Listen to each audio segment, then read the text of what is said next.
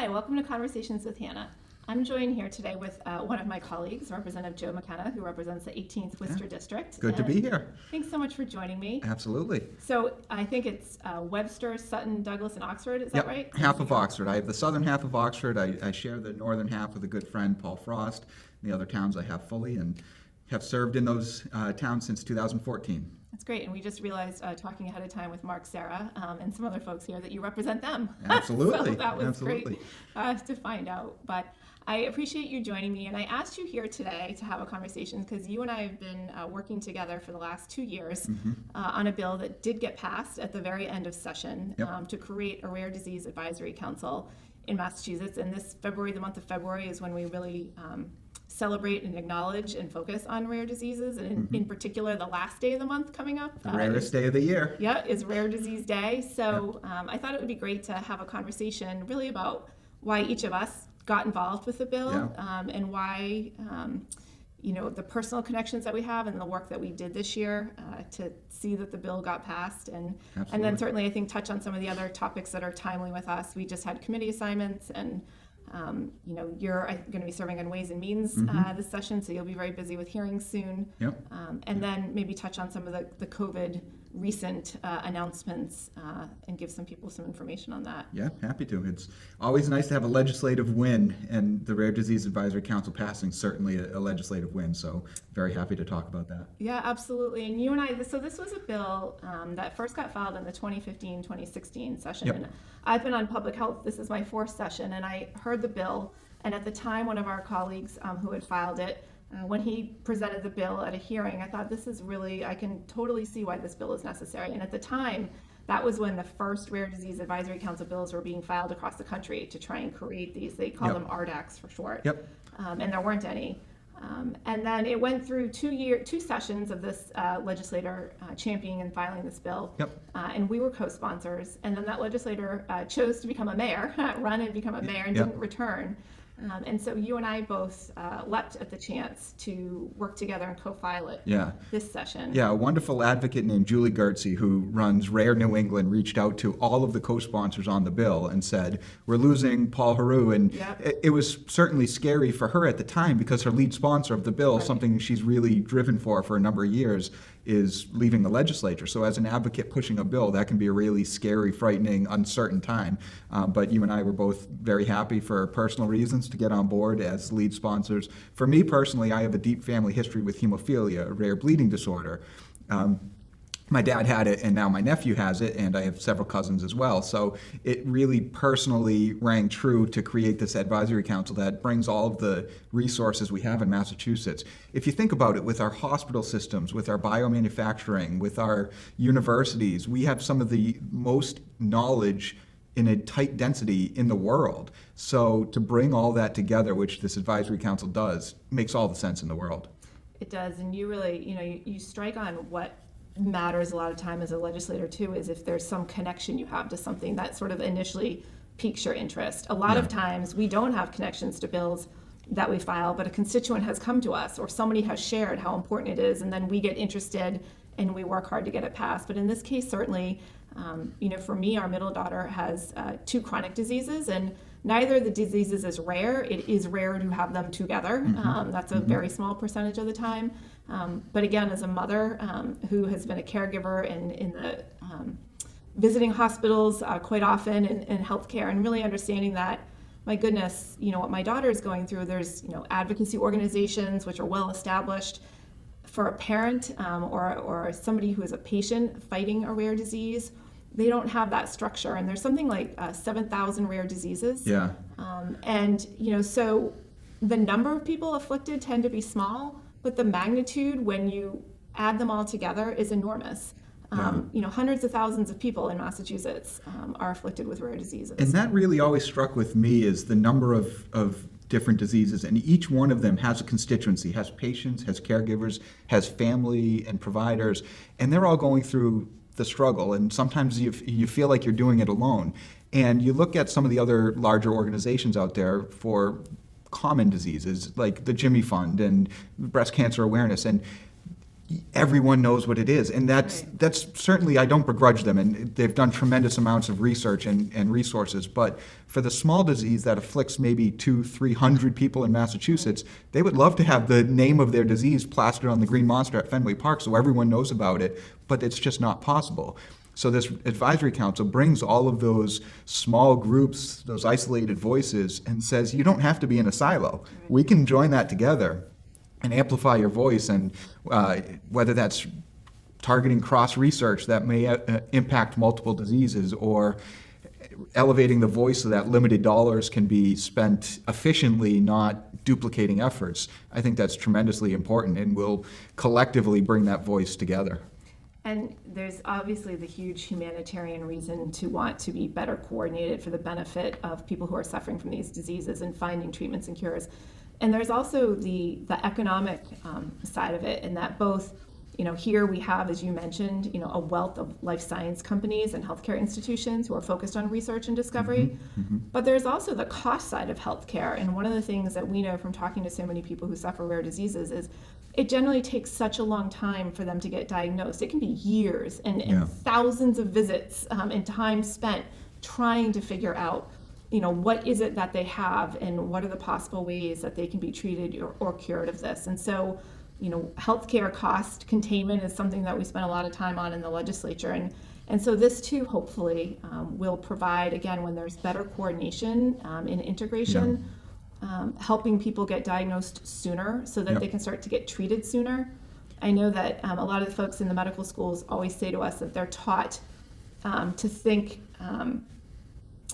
about the bigger things, right? You start and then you narrow down, and what's hard is when you do that, which works really well for a lot of the population, for the person who is suffering from something rare and unique, it takes such a long time for them to get diagnosed. Yeah, that diagnostic odyssey, as it's known in the rare disease community, is certainly terrible for many, many people. And what's also difficult is oftentimes those with rare diseases, if it's a truly rare disease, are the ones educating their own care providers or doctors or teachers about the best course of action.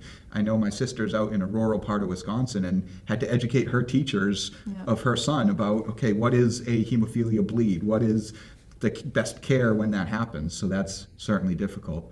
Yeah, it's a real challenge. And I think, so this legislation just got passed. You and I sort of took the bull by the horns once we got invested in filing this, and spent every opportunity we had not only to talk to our colleagues, but to encourage folks who do suffer from rare diseases or our caregivers to help us advocate with their legislators, because putting a face to a problem is really the best way to imprint on us as legislators. And so, really credit to the outside advocates who did so much work to make sure that legislators understood why this was really important. I mentioned in the beginning, when we started this in 2015, when it was first filed, there were none in the country. We were the 16th one to be passed. Moving quick. Yeah, which is great. And the other thing I think too is that we took any opportunity that was available to us to go and talk about this, both inside and outside of the State House. So we each spoke at different conferences and forums. We went together last year to Mass Bio's Rare Disease Day, which was one of the last in-person large events. I think there was 500 people in that ballroom. And it took place 3 or 4 days after the big event that happened in Boston, the Biogen event. So I was holding my breath for a couple weeks there, hoping that there wasn't some crossover. But that was really one of the last events. That's true. But I think you bring up a great point, because you and I in the building and talking to colleagues can matter, but really it's the voice of constituents, it's the voice of advocates, it's the voice of patients that gets through to the key committee chairs in the State House, and that really humanizes a bill, and that when that bill comes forward, they say, okay, that's right. Hannah told me the story about Joe, and that's what humanizes it and makes sure that it has an impact and sticks. And I remember when we had one of the forums in the State House, we actually had a bunch of colleagues come to it. And several of them said, I had a constituent who talked to me about a rare disease. I'm really glad you're having this. I really wasn't sure what this was about. And then a couple of our colleagues, actually one of them in particular, had a rare disease and said, this is exactly what is needed. It's been really hard for me being a patient on the rare disease side not to have this level of coordination. So, when you give voice to it and you speak to it in lots of different manners, out of the woodwork comes all of these people who are suddenly galvanized to really help you push a bill across the finish line. Yeah, and it's important also on the legislative side to be flexible. And as legislators, we understand there's many, many ways to get a bill across the finish line. It's not always passing the bill as the form you have drafted. Right. And that's what we saw with this bill over the course of 5 or 6 sessions, Yeah. 4 or 5 sessions, where it had redrafts and tweaks and makes marginal progress each session. And while that can be really difficult for advocates to not get the bill passed, progress forward ultimately opens the door to other channels. And when we finally got this passed, it was as an amendment on, or as a smaller piece on an overriding healthcare bill. So it wasn't a standalone bill, Right. but and it was the connections we made with other committee chairs and a conversation that said, would this be appropriate to add as part of the bill? And they said, absolutely. So That's right. And to your earlier point, initially I think the council started out as 21 members, and then it went to 27, ended at 29. Yep. All good additions of, again, people who are integral to the process of rare disease. And then one of the changes was that originally it had been a couple named positions that were on it, as well as the governor having, I think, 15 or 16 appointments. And one of the things that the majority leader at the time, and now speaker, mentioned to us, I think maybe it would be good if the speaker had, some of those appointments in the Senate president. And we said, absolutely. So, divvied up like who got to put people into specific named spots. But it is moments like those that you seek to find an opening. And the majority leader was also very interested, again, because of the life science side of it, because of the impact both that we've made as a state in investments into life sciences, the $1 billion, I think 11 years ago now, and $500 million last session that we've put into investing in life sciences, and certainly the economic growth that corridor has had here, but recognizing that, there's a lot of National Health Institute studies and dollars out there that if we have a rare disease advisory council here in Massachusetts, we're more likely to get some of those dollars invested here. Absolutely. And the membership is, as we had mentioned at the beginning, it's patients, it's healthcare providers, it's researchers, it really spans a broad spectrum of those involved in rare disease to make sure that we're touching on all of the different aspects of rare disease to make sure we're really getting a good grasp of it. Absolutely. Well, I know that you and I have already advocated to the governor's office and to the other appointees to hopefully start to make their appointments soon. And saw one appointment come out last week. Yes, we did. There was one last week. I'm looking forward to serving for a period of time, and then I'm hoping to be able to hand it off to you so that we can each get a turn to serve in this. The minority leader only got one appointment, unfortunately, but I think that, it speaks to the role that we have as legislators, and somehow that multiple sessions are needed sometimes to get bills across the finish line. And we just went through the bill filing session. And for context, there's 6,000 to 7,000 bills, almost all of which are very important and touch on key needs in the state. So it's impossible to get every bill, that even the ones that make a lot of sense, over the finish line in one term. It just doesn't happen. So having a realistic approach and accepting those marginal victories to move it forward is really what got it done. And I think too that the number that's always staggering to me is the fact that of those 6,500, 7,000 bills, something like 4 to 5% of them will become law in this session. So it is a very tiny fragment, and that's why I think they talk about the legislative process being very deliberate. I would argue at times it's way too slow, but glad that we were able to get this one across, and now we can put our attention to other bills that we want to help see across the finish line.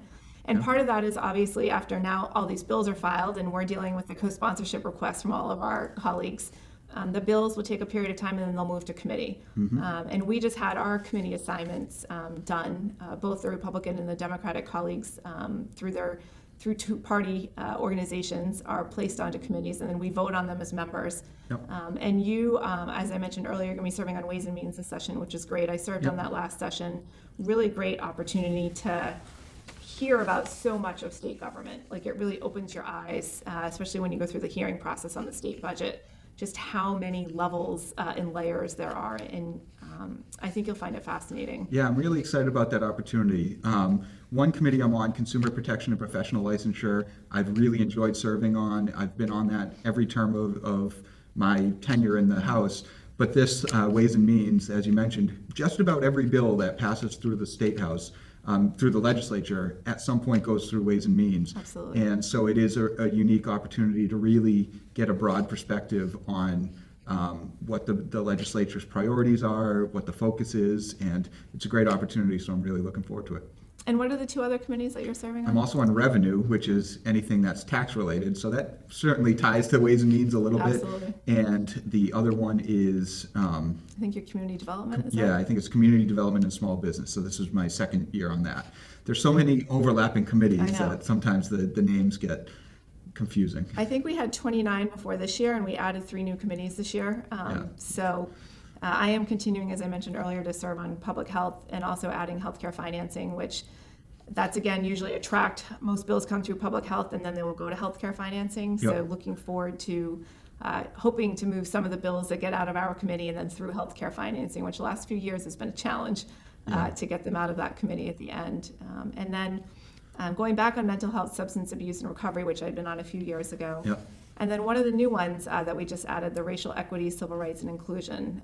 Looking forward to Yeah. serving on that. And that'll be an interesting committee because the way it's described is that committee, instead of just having bills come to it, is also supposed to sort of look out and assess how we're doing sort of across all of the committees and, Yeah. do we have the appropriate bills coming through and how are we looking at that? So That's a really interesting and I think very good approach to be more proactive. And as you said, most of the committees, the only other one I can think of that does things like that is post audit and oversight Right. that actively looks for things to investigate. Not that we're looking for problems, but if something happens, post audit oversight is going to be the committee that calls people to testify and try and get down to what went wrong. And so I think taking a proactive approach to say, okay, we need to do better on racial equality Right. in the state, and I think that's a great thing, and whether that's within state government or outside of state government. yeah, I'm looking forward to serving on that, and I think it'll be interesting to be on it from the beginning. And I think committees too. Sometimes they take a few years to really understand how they can be most impactful. But I think, as you said, the timing is appropriate. Probably long overdue to have this committee and doing the work. So I'm excited to be seeing what happens with that. Absolutely. And I think, one of the things that certainly has laid bare a lot of the inequality and certainly the disparities in healthcare access and outcomes has been COVID. Most everything that has been illuminated was already a problem and already there, but it was not as apparent to many people. Yeah. And I guess the way I would look at it is it's an unfortunate side of having a pandemic, but it's one of those things that now that people are more aware, we really must make sure that we take the opportunity of the moment to really push forward and understand how do we attack some of these things? How do we change so we don't have these disparities and unequal access to healthcare? And you look at it, and it's put a tremendous strain on the health safety net of the Commonwealth, because most of the people who have lost their jobs, I don't have numbers, but they're those who can't work from home. They're those who are not white collar jobs Right. that are six-figure, comfortable jobs. It's people who need to go to work, earn a living, oftentimes frontline workers. It's those that we all rely on day in and day out, and oftentimes kind of flew under the radar, didn't get the appreciation from the general public that all of these workers deserved. They're the ones suffering the most. And unfortunately, I think the reality is that's oftentimes minority populations as well. And so there is that disparity. You're absolutely right. And I think, it's really, you see the dichotomy and the fact that we have continued to do okay as compared to where we thought we were going to be last April with billions of dollars in lost tax revenue and wondering how we ever would put a budget together.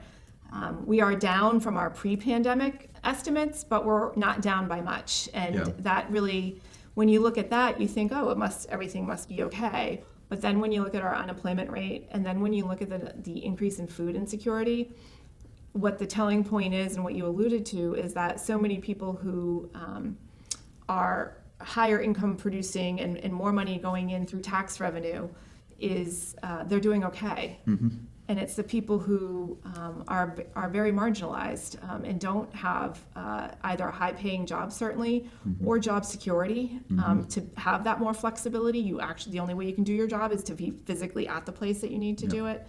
And certainly the food insecurity that we've also spent a lot of time on, the drastic increase in Massachusetts is really indicative of the fact that the pandemic is really not only from a health disparity, but from an economic disparity. The people who are in the most pain are the people who have always been in the most pain. And that's a really difficult problem for us, but one we've got to we've got to take head on. Many of them, those who have to go to work physically, are faced with an impossible question. Do you continue to work if the job is available? Right. Or do you, if you have family at home that potentially is a high risk, do you stay home for the safety of your family? And there's really no good answer to a lot of these questions. And we're leaving Black History Month, and we're leaving Rare Disease Month, but we're entering into Women's History Month. And again, women have been disproportionately impacted by the pandemic as well. Again, because many single women who are have children, have had to have that discussion of what do I do here? My kids are at home. Like, how do I homeschool them or remote school them and also do my job? And so you've seen, there was a startling figure that came out, and I actually asked the director of the Women's Caucus to check it for me because I couldn't believe it was true. But in the last month, all of the job losses came from women. Wow. That when you net out, the men were able to add back into jobs, and it was women that were most impacted by all the losses. And I think that, as a member of the Women's Caucus, I know that that's one of our strategic priorities for this year, is trying to figure out how do we help in Massachusetts women who have been impacted by COVID and what the challenges are. And certainly childcare is an enormous one. And I didn't realize that, but it's eye-opening and I guess not surprising, which is unfortunate that that's the case. And as you say, far too often the childcare falls to a woman, and she's being asked to keep her job if she's working remotely and also be the teacher at home assisting with Zoom scheduling in classrooms and remote learning and all that goes along with having the family at home. So it's a real challenge. And I think, there are many times, particularly in the beginning of this, where I was so thankful not to have small children at home because I wasn't sure how I could do my job and be responsive. It was also, you are coming into this you're going to be a new dad in April. Well, I would never suggest that it's a light comparison, but I have a 10-month-old puppy at home, and I can tell you that alone is a challenge. So I can't even imagine having a child in preschool or elementary school who's trying to learn. These are the crucial developmental years. I can't even imagine trying to juggle that and the stress of that. And that's another, it's sort of the mental health impacts of children is something that we've heard a lot about as legislators too. And, that's why we're very hopeful that we can get kids back in school full time. It's a challenge both on the parents of having kids remote, but it's also not good for their own mental health and their inability to be with their peers and to be having that personal instruction has been difficult. So we're both hoping that we can get teachers vaccinated as soon as possible, and also that we can get kids back into the school buildings. And I can't imagine being 6 or 7 years old and missing a full year. I mean, that's a quarter of your life that you're forced to be home. And I've heard some stories that families are closer, so there's a silver lining there. But the difficulty is you need the socialization among peers, among your friends and your classrooms, and that's not the same through a television screen or computer screen. And I mean, our jobs, we were laughing that it's Friday today, so we were joking it was casual Friday with the jeans. This is actually, I'm dressed up from what I'm normally in working from home with just leggings and a sweatshirt generally. It is a very drastic, I don't think I've been to the dry cleaner for any reason in a long period of time. Not a good time to be a dry cleaner. No, but we still do our job each and every day, but we too spend almost all of our time on the screen as well. So I also resonate with kids from that perspective too. There are times when you just want to get up and walk away and take a break from being online all the time. So it's hard. And one of the things that clearly we spend a lot of our time doing is advocating for constituents. And certainly the vaccine rollout has been challenging on many levels. Certainly the supply is the most challenging aspect in trying to prioritize who to get the vaccine to, and the Vaccine Advisory Board had really looked at it from who is most vulnerable and where are people living in situations where it makes them even more vulnerable, certainly long-term care facilities, congregate care, the prisons. But the other challenge certainly has been, as this has now expanded out into the public, the high demand has also been challenging for websites going down. And then also certainly the older population who might not have a good internet connection or even any of the technology at home, to be signing up. So we've spent a lot of time as legislators advocating for our constituents with the administration and making sure that they're understanding what we're hearing as being the front lines of people every day. So we were joking before we came on the air that it's an impossible position to be in, and some of the decisions that are made, you're going to upset people, and there's no right decision, and the logistics are so difficult. And to take a 30,000 foot view, once the vaccine was approved, you've got 4 to 5 million people, once those who don't want to be vaccinated are taken into account. You've got 4 to 5 million people, and you get from the federal government 100,000 vaccine doses a week or a month. How do you possibly start to funnel that Niagara Falls of demand into a water bottle of supply? You cannot do it. So there's going to be some pain and suffering and difficulty and frustration and anger, and we're hearing that, and we're trying to sort through that to get at how the administration and how Health and Human Services can make improvements where possible moving forward, but it's such a difficult task.